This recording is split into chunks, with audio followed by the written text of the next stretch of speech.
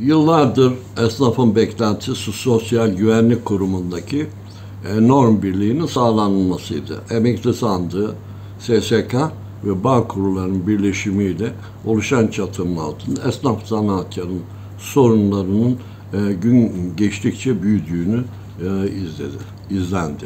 Dolayısıyla en önemli mesele bildiğiniz üzere sosyal güvenlik primindeki norm birliği diye beklediğimiz şey aynı şekilde emeklilik aylıklarına sahip olmak, en düşük emekli aylığını alan, dolayısıyla da en çok çalışan, böylelikle de esnafın 9.000 günde emekli olmasının ancak işçinin 7.200 günde emekli olması ve yaş haddine bakmamasının emekli sandığında da farklı bir uygulamanın 25 yıl esası getirilmesinin.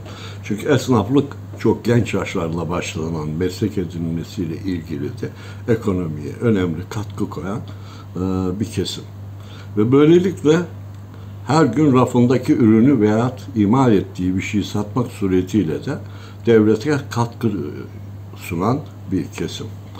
2000 öncesi esnaf ve zanaatkar olmuş ancak meslek odalarına kayıtlı olmamış vergi dairelerine kayıtlı esnafta bir mağduriyet yaşıyor.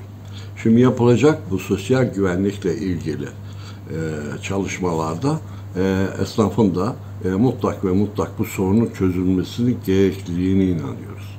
Çünkü hem sigorta primlerinin yüksekliği, hem çalışma saatlerinin çok uzun olmasına rağmen emekli olmada da yine 7.200 ile 9.000 gün arasındaki farklılıktan yararlanamaması esnaf açısından gerçekten bağ kurulu olmanın sıkıntılarını yaşıyor.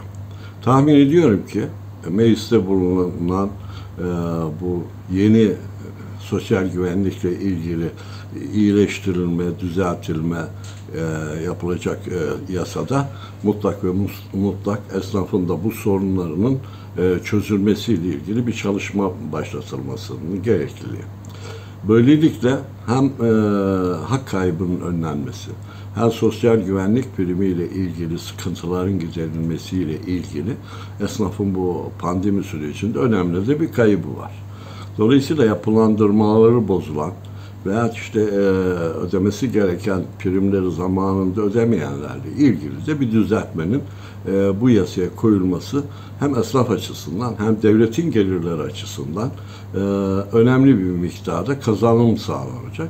Böylelikle esnafın mağduriyeti önlenmiş olacak. Çünkü pandemi süreci bildiğiniz üzere esnaf daha yeni kendine gelebiliyor.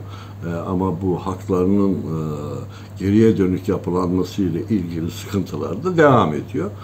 Bu konuda da beklenti içerisinde esnaf.